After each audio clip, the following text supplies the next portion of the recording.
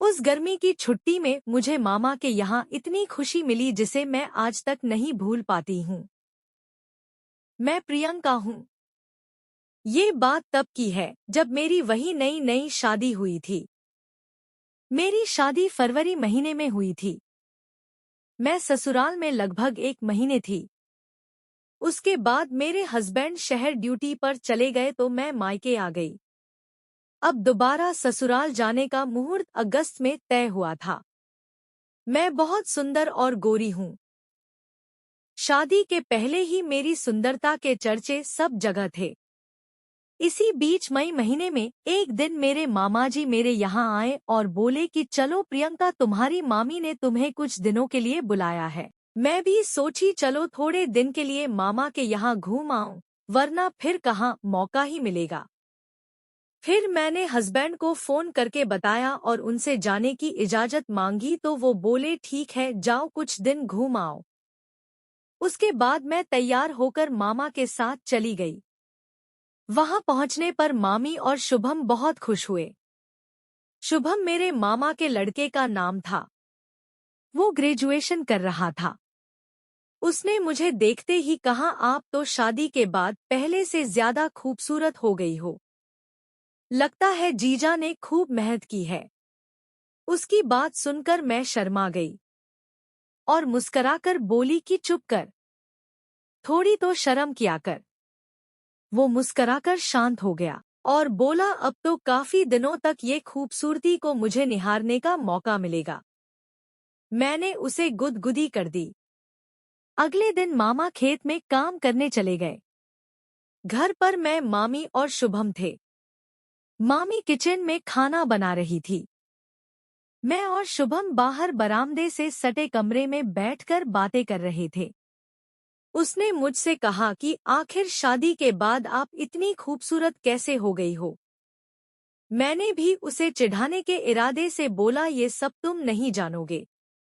वो हंसते हुए बोला, मुझे सब पता है, ये सब जीजा जी की मेहनत के कमाल है। मैं शर्मा गई।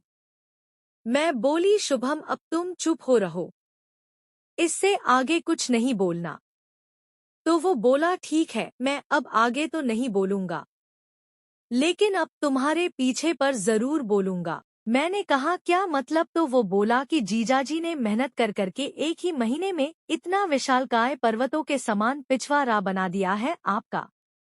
मैं एकदम शर्म के मारे चुप हो गई। मैंने मुस्कुराकर कहा, अब तुम बहुत ज्यादा बोल रहे हो। तो वो बोला, मैं तो सिर्फ बोल ही रहा हूँ। आपको देखकर ऐसा प्रतीत हो रहा है कि जीजाजी मेहनत करते भी बहुत ज्यादा है। मैं मुस्करा उठी और बोली, अब शांत हो जाओ। फिर तब तक मामी खाना बनाकर कमरे में आ गई और वो शांत हो गया।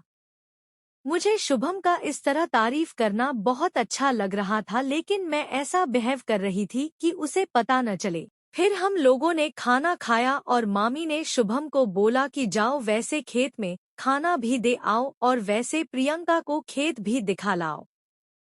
मैं खुश हो गई। मैंने सोचा चलो इसी बहाने खेतों को देखने का भी मौका मिलेगा।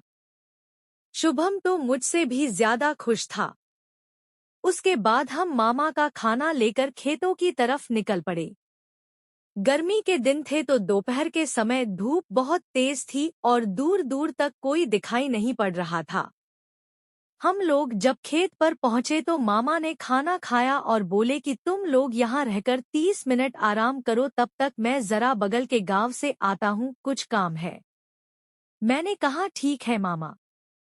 उसके बाद मैं और शुभम वहीं बैठ गए। शुभम बैठे बैठे ही सो गया। थोड़ी देर तक मैं बैठी रही, उसके बाद मुझे जोरों की सुसु आने लगी।